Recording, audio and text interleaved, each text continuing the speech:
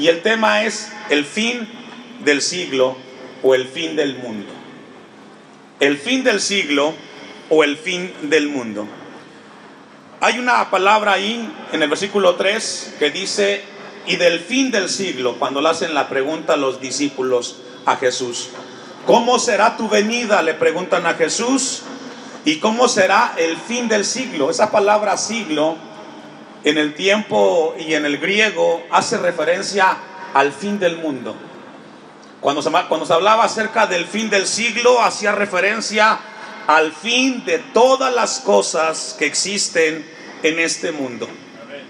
A través de los siglos, los hombres y las mujeres han tenido una gran fascinación por el tema del fin del mundo. ¿Cómo va a suceder? ¿Qué va a pasar? ¿En qué momento sucederá?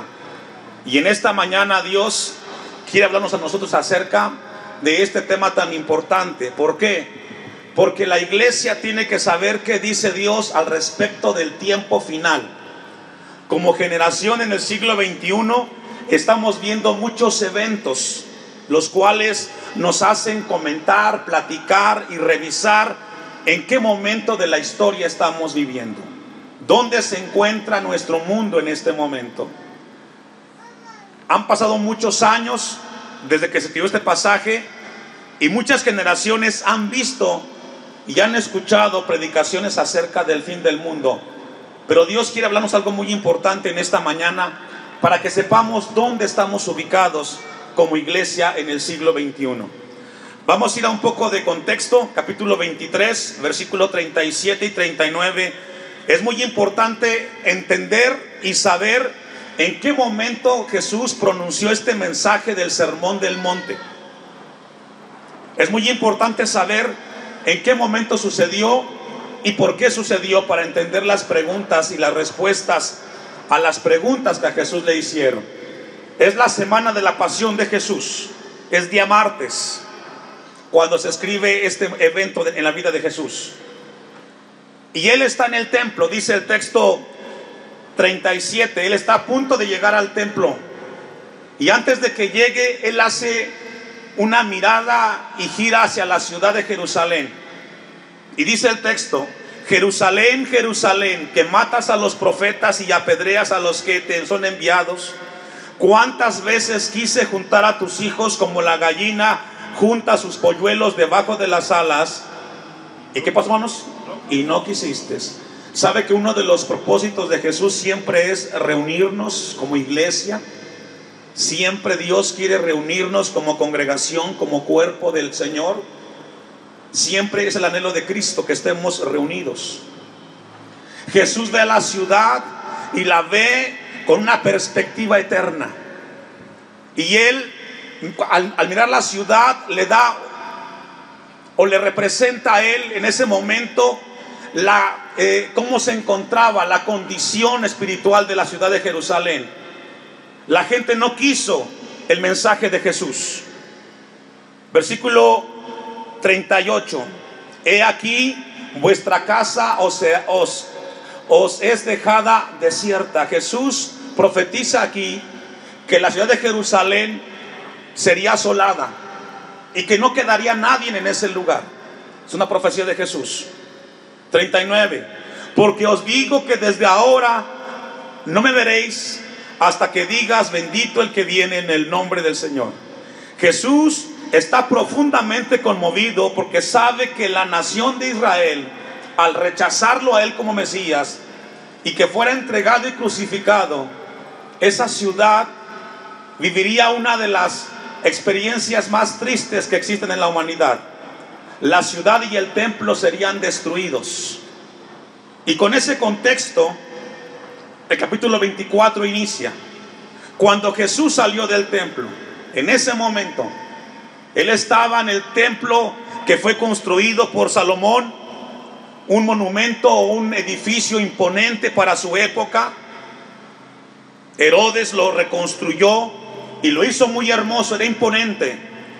Jesús, dice, salió del templo y se iba. Se acercaron sus discípulos para mostrarle los edificios.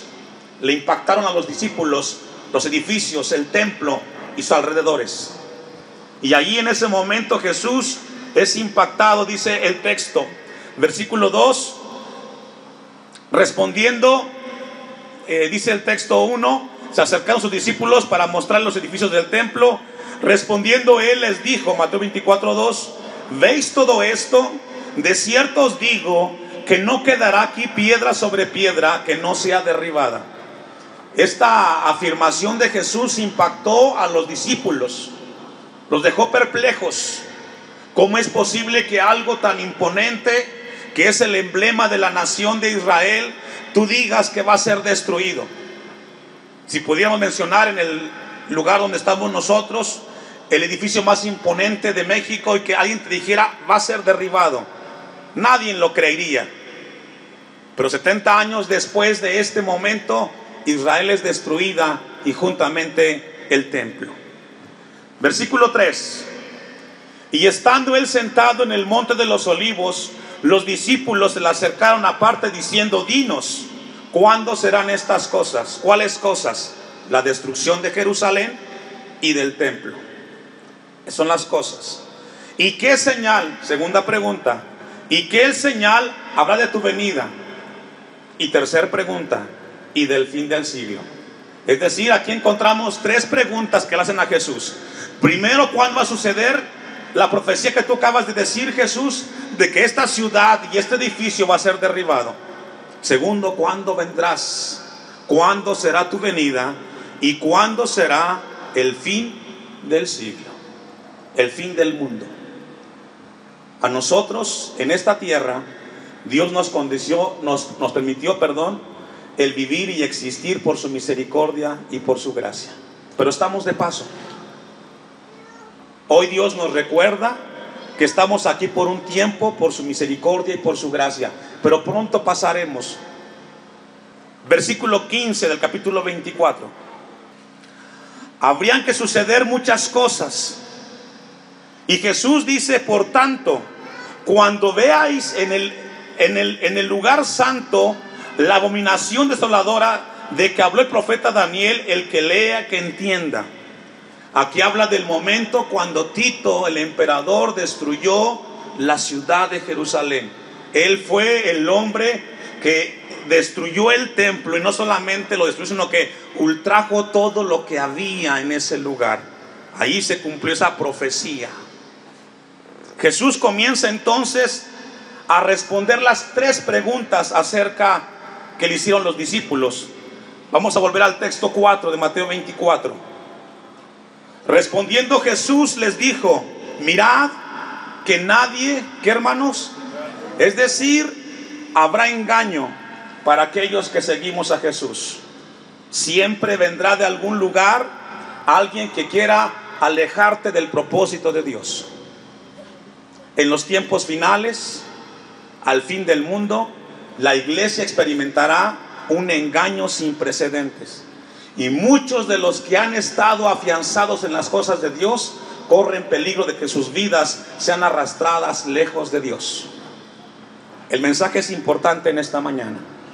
Estamos aquí y todavía buscando de Dios y de su misericordia, pero no sabemos cuánto tiempo. Esperamos que seamos hasta el final fieles. Pero la palabra dice que habrá un engaño. Versículo 5. Porque vendrán muchos en mi nombre diciendo yo soy el Cristo, y a muchos, ¿qué hermanos? Engañarán. A muchos engañarán. Y el tema del engaño tiene que ver con vidas alejadas del propósito de Dios. Versículo 9. Entonces os entregarán a tribulación y os matarán, y seréis aborrecidos de todas las gentes. ¿Me ayuda a leer? Y como nunca, muchos cristianos fieles al Señor van a ser, dice el texto, aborrecidos. ¿Sabe que cuando decidimos consagrar nuestra vida a Cristo hay muchos que no están de acuerdo? Recibimos críticas. Tanto tiempo tienen que estar allí. Y muchos vamos a experimentar ese rechazo por causa del nombre de Cristo. Cuando tú decides consagrarte, a muchos no les va a gustar. Jesús nos adelanta y nos advierte en esos tiempos finales. Como generación en el siglo XXI estamos viendo un cúmulo de acontecimientos que nos rodean, tanto sociales como naturales, espirituales, no se diga. Hay un interés hoy muy grande por las cuestiones psíquicas, de la metafísica. Hay una inquietud muy grande en la cuestión natural. El mundo está conmovido el día de hoy, al menos aquí en México, por lo que está pasando en Puebla con el socavón. ¿Qué está produciendo eso? Cada vez está más grande esta cosa y la gente no tiene una explicación en cuanto a eso. Y algunos piensan, ¿estamos al fin del mundo? ¿Qué está sucediendo? Jesús nos habla y nos dice que seremos aborrecidos por causa de su nombre. Versículo 10. Muchos, ¿qué hermanos? Tropezarán entonces. Es decir, no todos, desafortunadamente, de los que estamos y de los que somos, llegaremos al final. No todos. A mí me da mucho gusto cuando lo veo aquí en el templo, porque eso me hace ver que usted tiene deseos de Dios, de caminar cerca de Dios. Hay tropiezos en la vida cristiana, hay obstáculos, hay circunstancias las cuales querrán y te alejarán de la vida del Señor. Dependerá de cada uno, de sus convicciones, que se mantenga fiel y firme en las cosas del Señor. Muchos tropezarán, dice la palabra de Dios, y se entregarán unos a otros, y unos a otros se aborrecerán. La pregunta es, ¿dónde va a suceder esto? ¿Allá afuera o aquí adentro? Aquí en la iglesia. Va a haber distanciamiento, diferencias entre los mismos seguidores de Jesús. Otros tropezarán, y muchos falsos profetas se levantarán, texto 11, y engañarán a muchos. Dentro de lo que va a pasar en las iglesias o los seguidores de Jesús, muchos falsos seguidores de Jesús van a aprovechar ese momento para alejarlos aún más de las cosas del Señor. Y por haberse multiplicado la maldad, ¿en dónde? Aquí adentro en la iglesia. Por ver tantas situaciones desconcertantes, por ver tanta maldad de crecimiento dentro de la iglesia, entre los mismos hermanos en Cristo Jesús, ¿qué va a pasar? Texto 12, el amor de muchos, ¿qué? Yo le hago una pregunta a usted como iglesia: ¿cómo está su amor para con Cristo Jesús? ¿Es un amor ferviente o se está enfriando o ya está frío? ¿Cómo está nuestro amor para con Cristo? Al ver tantas cosas que nos rodean, muchos se van apagando y se van alejando, y poco a poco ese gozo que tenían al principio comienza a apagarse. Esas fuerzas, ese entusiasmo que había, deja de ser, y ahora hay apatía, ahora hay desánimo, indiferencia, y cada vez más lejos de las cosas de Dios. El amor de muchos se enfriaría, dijo Jesús. Texto 13, mas el que perseverare hasta el fin, ¿este qué? Tenemos que, ¿qué, hermanos? Perseverar. ¿Cuándo? ¿O cada cuándo? Siempre, todos los días. Tenemos que perseverar firmes en las cosas del Señor. Esto no es cuestión de cómo comenzaste o cómo comenzamos, sino cómo terminamos nuestra vida en Cristo. ¿Cuántos dicen amén? Es decir, cómo fue nuestro inicio, fue muy hermoso, pero cómo vamos a culminar nuestra vida, cómo va a ser nuestra vida cuando terminemos aquí en esta tierra. Eso es lo que cuenta, dice la palabra de Dios. Y será predicado este evangelio del reino en todo el mundo para testimonio a todas las naciones, y entonces vendrá el fin. Texto 36.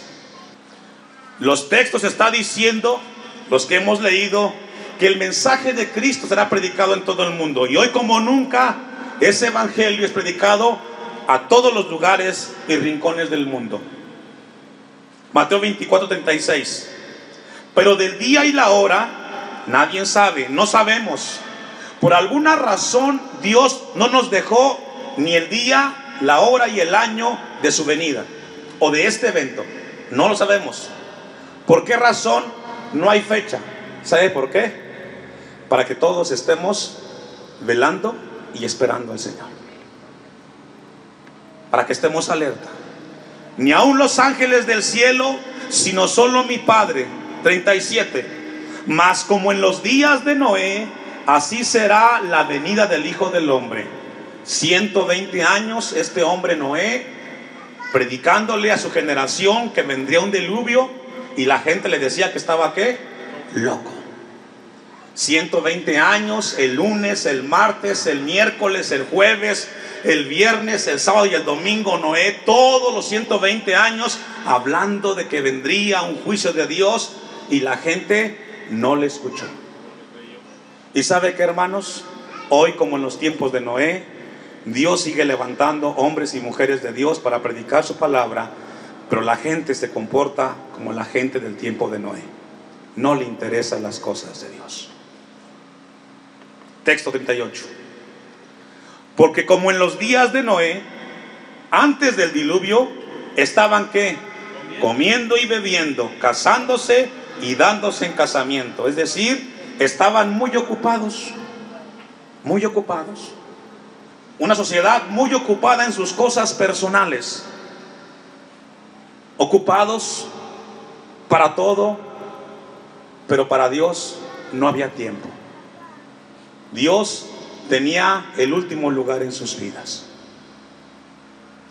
¿Cómo estamos nosotros el día de hoy? ¿Qué lugar ocupa Dios en nosotros? Es nuestra prioridad. Es el primer y el único lugar en nuestras vidas Dios, su palabra, su voluntad. Porque hoy como nunca la sociedad, hermanos, es indiferente a las cosas de Dios. No les interesa levantarse un domingo temprano, ajustar sus actividades para tener un tiempo de meditar y que Dios nos hable. La gente estaba muy ocupada en el tiempo de Noé. Hasta el día en que Noé entró en el arca, es decir, hasta el segundo, último, tuvieron la oportunidad de arrepentirse, de reconocer y buscar a Dios, pero fue tanto su obstinación que decidieron no darle lugar a Dios en sus vidas.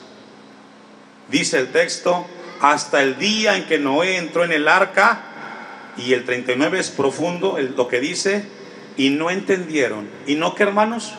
No entendieron. La gran mayoría de los que estamos aquí tenemos conocimiento de las cosas de Dios. Muchos de ustedes desde que son niños crecieron en hogares cristianos, y la palabra de Dios ha venido hablándoles a ustedes a través de sus etapas de vida, y algunos no han entendido. Hoy otra vez nos dice Dios, nos advierte el Señor, que cuando la gente comienza a vivir indiferente a las cosas de Dios, aunque les hablen de cómo será el final de los tiempos, ellos van a permanecer ocupados. Y no entendieron hasta que vino el diluvio y se los llevó. ¿A cuántos? A todos. Así será también la venida del Hijo del Hombre. Esto es muy importante, hermanos. Texto 40 de Mateo 24. Entonces estarán dos en el campo, el uno será tomado y el otro será dejado. ¿Qué significa? La salvación es personal. Tú decides, es una decisión. ¿Quién quiere estar cerca de Dios? ¿O quién se va con el Señor? ¿O quién se queda? Aquí nos habla de una metáfora, una ilustración. No todos los que están son parte. Uno será tomado, otro será dejado. 41. Dos mujeres estarán moliendo en un molino, la una será tomada y la otra será dejada. 42. El consejo: velad. ¿Qué hay que hacer? Velad. Velad pues, porque no sabéis a qué hora ha de venir vuestro Señor. No sabemos cuándo vendrá el Señor por nosotros. No sabemos cuándo va a acabar este mundo. Pero mientras llega ese evento a esta tierra, la iglesia tiene que estar velando. No podemos dormirnos, no podemos relajarnos como la gente del mundo. Tenemos que estar velando, orando, buscando de Dios, congregándonos, estudiando la palabra, animando a la familia para seguir adelante. Velando. No sabemos el dato con certeza, pero Dios quiere que tengamos nosotros esa actitud de estar velando por nuestra vida espiritual, por la vida espiritual de cada uno de nosotros. Texto 29 de Mateo 24. Y vamos a ver cómo también Jesús proclama o dice que habrán algunas señales sobrenaturales o naturales en el mundo, las cuales darán indicio de que estamos en los últimos tiempos. Texto 29. Inmediatamente después de la tribulación de aquellos días, el sol se oscurecerá y la luna no dará su resplandor, y las estrellas caerán del cielo, y las potencias de los cielos serán, ¿qué, hermanos? Conmovidas. 30. Entonces aparecerá la señal del Hijo del Hombre en el cielo, y entonces lamentarán todas las tribus de la tierra, y verán al Hijo del Hombre viniendo sobre las nubes del cielo con poder y gran, ¿qué, hermanos? Gloria. Una advertencia que viene para este mundo. Primero, una tribulación, una gran tribulación. Si usted está conmovido por lo que vemos el día de hoy de la problemática de la sociedad que hoy vemos y experimentamos aquí en México y en el mundo entero, no será comparada con lo que vendrá en ese momento. Hay una advertencia, vino una tribulación muy grande para este mundo. También vienen acontecimientos como los que estamos viendo, como el que ya mencioné. Eso, hermanos, no es casualidad. Por algo Dios nos está hablando, está jalando nuestra atención a ver eso que está sucediendo de manera natural en algunos lugares del mundo. Estamos llegando al final de esta creación, y con eso, hermanos, Dios lo que quiere que seamos conscientes, que le dediquemos tiempo a lo importante, nuestra vida espiritual, cerca del Señor. A la iglesia le hace un llamado muy importante, porque Él vendrá y nos pedirá cuentas a nosotros de todo lo que nos ha dado en el Señor. Versículo 13 de Mateo 24. Mateo 24, 13 y 14. Mas el que perseverare hasta el fin, este será salvo. 14. Y será predicado este evangelio del reino en todo el mundo para testimonio a todas las naciones, y entonces, ¿qué, hermanos? Vendrá el fin. Vendrá el fin. Este evangelio, el mensaje que estamos proclamando el día de hoy, es el medio que Dios ha utilizado para que la gente venga en arrepentimiento a Cristo Jesús. El mensaje del evangelio es el medio a través como el hombre le habla a su creación, a sus criaturas, para que vengan y se arrepientan de cómo están viviendo ellos en esta tierra. Hemos leído, hemos proclamado de eventos que vendrán en los últimos tiempos para este mundo. Y la pregunta que surge esta mañana para nosotros como iglesia: bueno, pastor, ya sabemos, ya lo he leído, hoy Dios nos recuerda. ¿Qué tenemos que hacer nosotros entonces mientras todo lo que está aquí se va a cumplir? ¿Qué tenemos que hacer? Salmos 46, 1, 5. Si sabemos de estos eventos que vendrán, ¿qué tenemos que hacer nosotros como iglesia, como seguidores de Jesús? ¿Cuál debe de ser nuestra postura, nuestra posición frente a todo lo que la Biblia nos habla que vendrá cuando llegue el fin del mundo? La respuesta a esa pregunta es refugiarnos en Dios. ¿Escuchó eso? Refugiarnos en Dios. Si la maldad crece y el amor se enfría, ¿qué tenemos que hacer? Refugiarnos en Dios. Si vemos eventos naturales o sobrenaturales que impactan a la sociedad, ¿qué tenemos que hacer? Refugiarnos en Dios.